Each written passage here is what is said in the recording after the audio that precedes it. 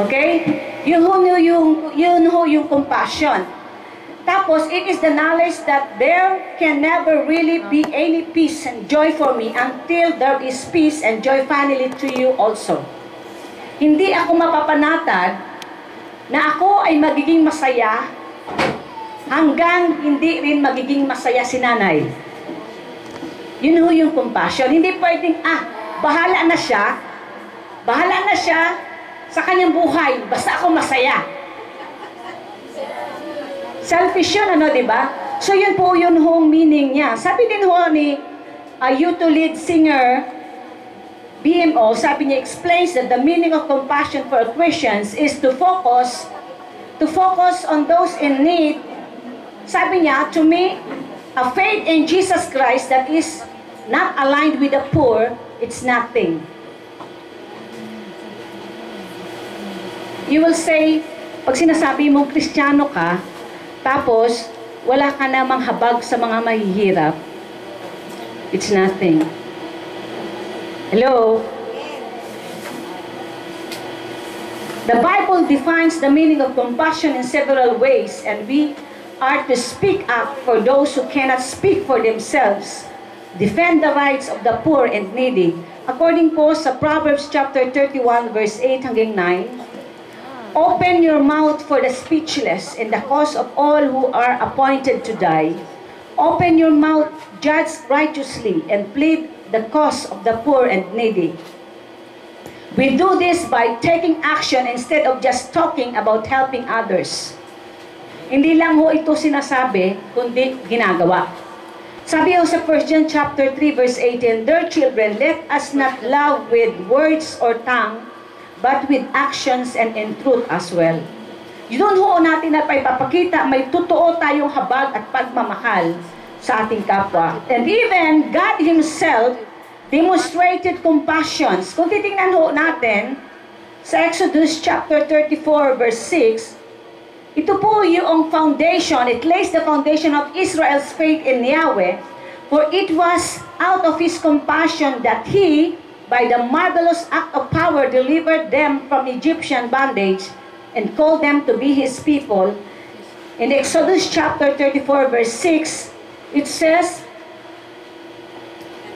"And the Lord passed by before him and proclaimed, the Lord God, merciful and gracious, long-suffering and abundant in goodness and truth."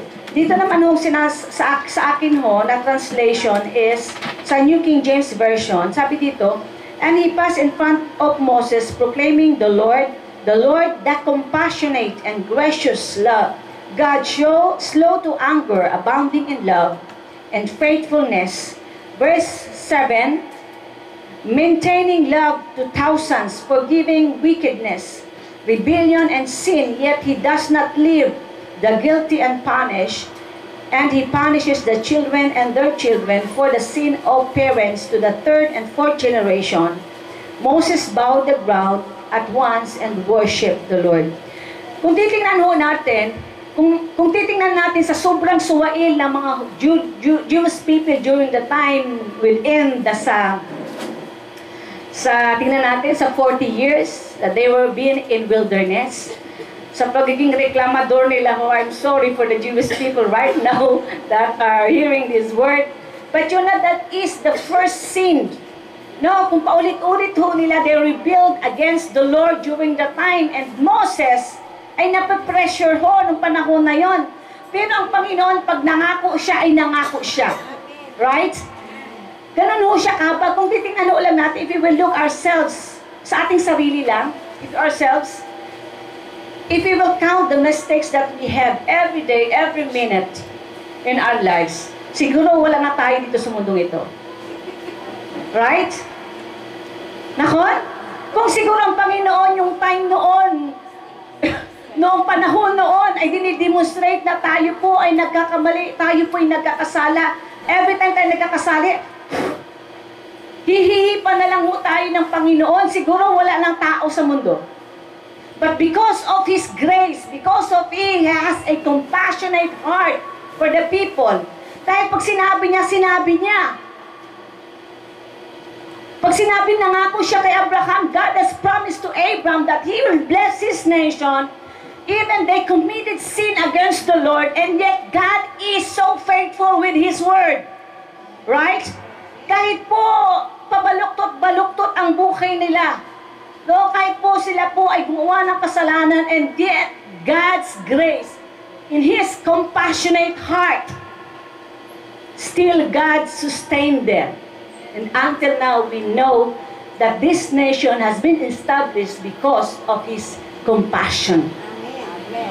Dahil kung wala ho sa compassion nilang puso ng Diyos, kung titingnan mo, napaka-stricto ng kapanahunan nyo, they are living in law during the time na alam natin pag law, pag nagkamali, patay. But praise God that even during His time, during their time, they can still experience the grace and the compassion of the Lord in their hearts, in their lives, di ba? So po, yung ganun po, napakabuti ng Panginoon.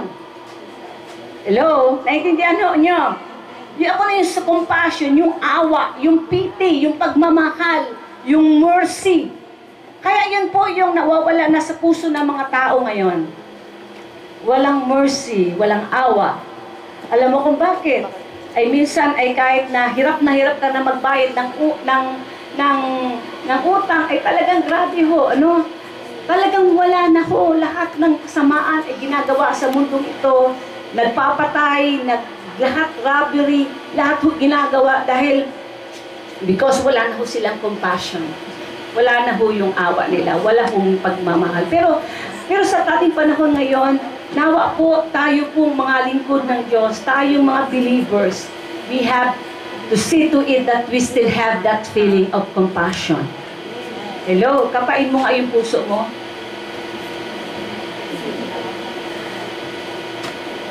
You still have that heart of compassion to the needy people.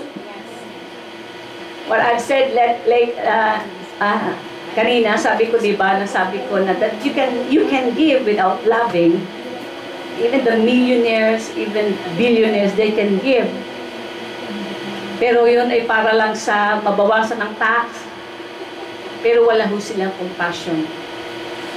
Right? Hello? Ati po ba kayo doon? But praise God, God demonstrated. Kaya nga sabi ni Moses, and even Moses, talagang na-testify. Moses testified ang goodness ng Panginoon. Sa Lamentation po, chapter 3, verse 23, through the Lord's mercies, we are not consumed because His compassions fail not. Wow! Thank God for this word, no? Through the Lord's mercies, we are not consumed. Dahil sa Kanyang biyaya, hindi tayo natunaw. Because His compassion fail not. Hindi ito nagmamalo ang habag ng Diyos. And then verse 23, they are new every morning. Great is thy faithfulness. They are new every morning.